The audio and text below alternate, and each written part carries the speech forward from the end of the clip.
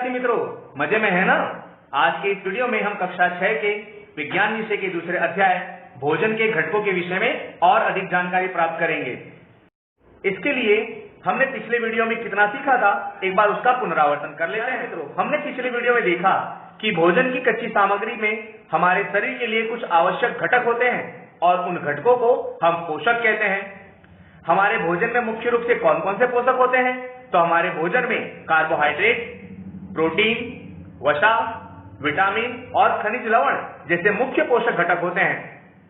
इनके अतिरिक्त हमारे भोजन में रुक्षांश एवं जल भी पोषक घटकों के रूप में पाए जाते हैं। हमने इन पोषक घटकों में कार्बोहाइड्रेट, प्रोटीन और वसा का परीक्षण किस तरह से करना, उसके विषय में भी जानकारी प्राप्त कर ली थी। हम जो भोजन ग्रहण करते हैं उसमें प्रोटीन है या नहीं, वसा है या नहीं, कार्बोहाइड्रेट है या नहीं, उसकी जांच किस तरह से करना, उसके विषय में हम लोगों ने सीख लिया था। आइए अब हम कुछ नया सीखते हैं मित्रों। अब हम जानेंगे कि हमें कार्बोहाइड्रेट किन किन भोजन से प्राप्त हो सकता है। तो आप इस चित्र के अंदर देख सकते हैं कि हम जो भी मीठी चीजें खाते हैं, जैसे कि शकरकंदी, आलू, गन्ना, पपीता, तरबूज, आम, मक्का, बाजरा, चावल तथा गेहूं जैसे कई आहार में कार्बोहाइड्रेट प्रचुर मात्रा में होता है। हम अगर वसा की बात करते हैं तो वसा हमें तेलीय पदार्थ जैसे कि सूर्यमुखी का तेल, सरसों का तेल, नारियल का तेल, सोयाबीन का तेल तथा तिल जैसे घटकों में से प्राप्त होता है। ये सभी पादप स्रोत हैं। तथा अगर हम बात करें जंतु स्रोत के रूप में तो मांस, मछली, दूध, घी, मक्खन और दूध में से बनी हुई क्रीम में भी वसा भरपूर मात्रा में होती है। प्रोटीन के स्रोत कौन कौन से हैं? पादप स्रोतों में चना, मूंग, तुअर की दाल, राजमा, सोयाबीन तथा मटर ये प्रोटीन के अच्छे स्रोत हैं जो कि पादप स्रोत भी हैं। साथ ही अगर हम जंतु स्रोतों की बात करें तो जंतु स्रोतों में पनीर, मछली, मांस, दूध और अंडे, इनमें प्रोटीन भरपूर मात्रा में होता है। इसलिए तो विद्यार्थी मित्रों, जब हमारे शरीर में कभी भी प्रोटीन की कमी उपस्थित होती है तब डॉक्टर हमें इन चीजों को खाने की सलाह देता है। जो लोग मांस नहीं खाते हैं डॉक्टर उन्हें दाल खाने की सलाह देते हैं, और जो लोग मांस खाते हैं उन्हें अंडा या मछली जैसे खाद्य पदार्थ खाने की सलाह देते हैं।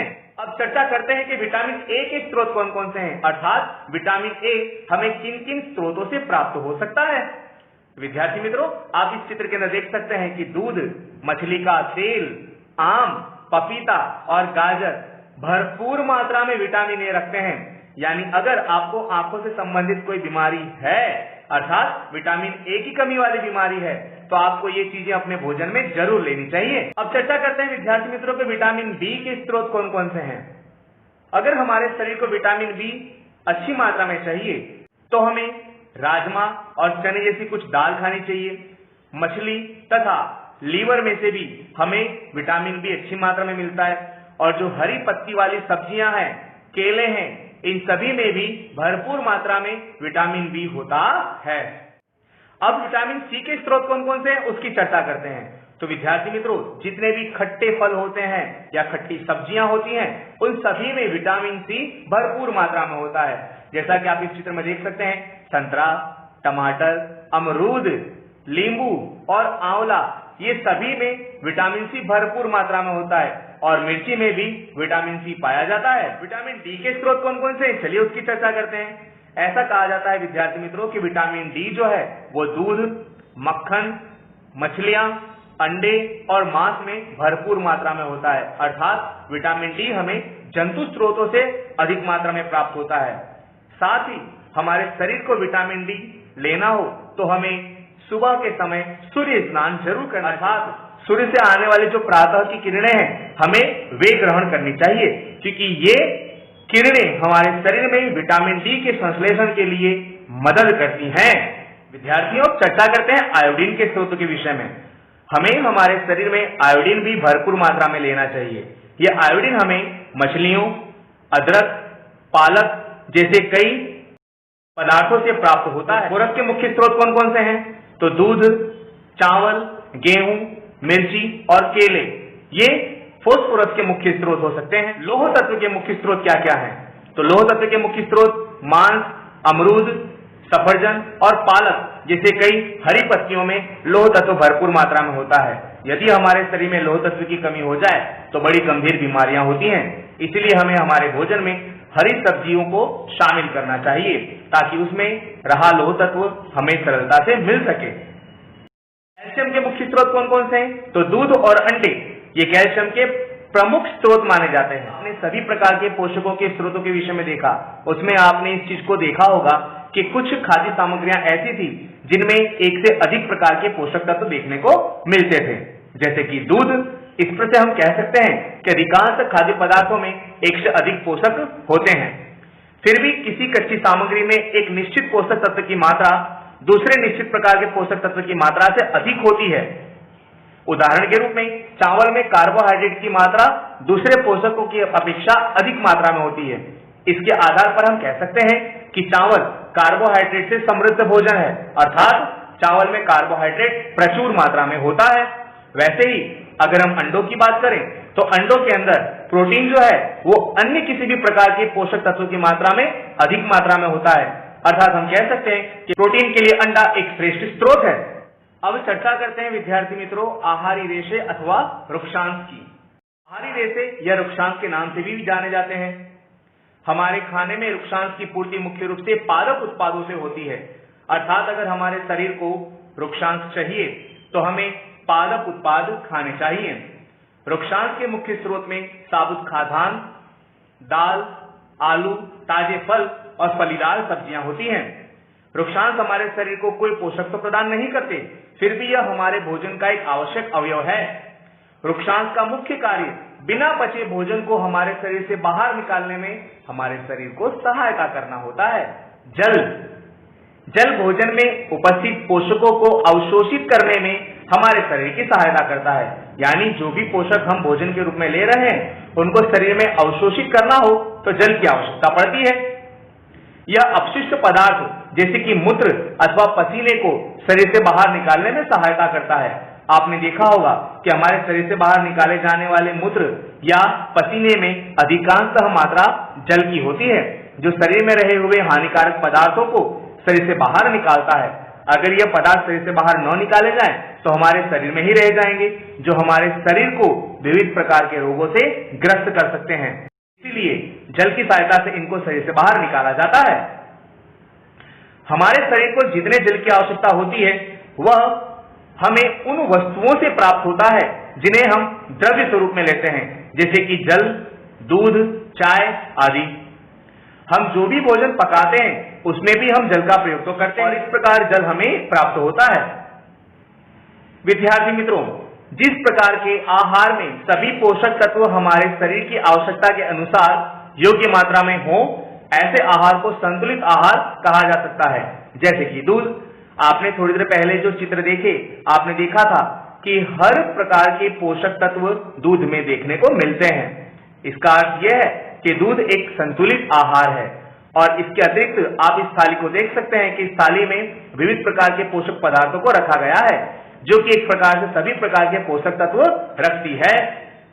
रोटी कार्बोहाइड्रेट का अच्छा स्रोत है, पालक खनिज तत्वों का अच्छा स्रोत है, मटर और अंडे प्रोटीन का अच्छा स्रोत है, तथा जो बटर रखा गया है ये वसा का अच्छा स्रोत है। पपीता और संतरा विविध प्रकार के विटामिनों के अच्छे स्रोत माने जा सकते हैं। संतुलित आहार द्वारा अभावजन्य रोगों की रोकथाम की जा सकती है, अतः हमें अपने भोजन में संतुलित आहार लेना चाहिए। आहार का उपयोग करते समय हमें कौन कौन सी बातें ध्यान में रखनी चाहिए विद्यार्थी मित्रों? उचित प्रकार का भोजन प्राप्त करना ही हमारे लिए पर्याप्त नहीं होता, उसे उचित तरीके से पकाया जाना भी जरूरी है ताकि उसमें रहे पोषक तत्व नष्ट ना हो जाएं। छिलका उतारकर यदि सब्जी और फलों को खाया जाता है तो यह संभव है कि उसमें रहे हुए कुछ विटामिन नष्ट हो जाएं। जैसा कि आप जानते हैं हम कई बार कुछ फलों की छिलकों को उतार देते हैं और फिर उसे खाते हैं, परंतु उसके कारण उसमें रहे हुए बहुत सारे पोषक तत्व या विटामिन नष्ट हो जाते हैं। इसीलिए हमें कई फलों को छिलकों के साथ खाना चाहिए। चावल और दालों को हम पकाने के लिए बार बार धो देते हैं, इसके कारण उनको धोने से उनमें उपस्थित बहुत सारे विटामिन और खनिज लवण नष्ट हो जाते हैं या निकल जाते हैं। कई बार भोजन को पकाते समय उसमें जल का प्रयोग किया जाता है, बाद में उस जल को हम फेंक देते हैं, जिसके कारण कई लाभदायक प्रोटीन तथा खनिज लवणों की हानि हो जाती है। जैसा कि आप जानते हैं कि कई बार जब हम चावल पकाते हैं तब चावल को उबालने के लिए रखे गए पानी को हम फेंक देते हैं। उसके कारण क्या होता है, तो चावल में रहे हुए पोषक तत्व उस पानी के साथ फेंक दिए जाते हैं। भोजन को पकाने से उसमें रहे विटामिन सी गर्मी के कारण नष्ट हो जाते हैं। अतः यह उचित होगा कि हमें अपने आहार में कच्ची सब्जियां और फलों को शामिल करना चाहिए ताकि उसमें रहा विटामिन सी नष्ट ना हो जाए।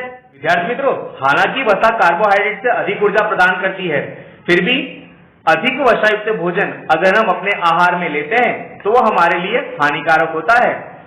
भोजन में अधिक वसा अत्यधिक मोटापे का कारण बन जाती है। जैसा कि आप इस चित्र में देख सकते हैं, ये विद्यार्थी कितना मोटा हो चुका है, क्योंकि हो सकता है कि इसने अपने आहार में अधिक वसायुक्त भोजन ग्रहण किया हो। बात करते हैं कुछ अभावजन्य रोगों के विषय में। वे रोग जो लंबी अवधि तक पोषकों की कमी के कारण उत्पन्न होते हैं उन्हें अभावजन्य रोग कहते हैं।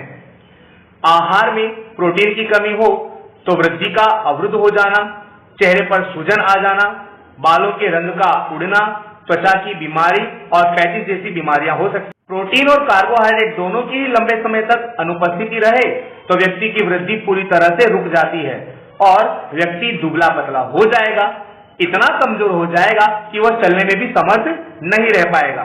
विटामिनों और खनिज लवणों के अभाव के कारण होने वाले कुछ रोगों के विषय में चर्चा करते हैं। सबसे पहले बात करते हैं विटामिन ए। इसके कारण दृष्टिहीनता जैसी रोग हो सकते हैं। रोग के लक्षण क्या है, तो कमजोर दृष्टि हो जाना, अंधेरे में कम दिखाई देना, कभी कभी पूरी तरह से दिखाई देना बंद हो जाना। आप इस चित्र में देख सकते हैं कि कुछ लोगों को आंखों से संबंधित विटामिन ए की कमी से होने वाले रोग दिखाई दे रहे हैं।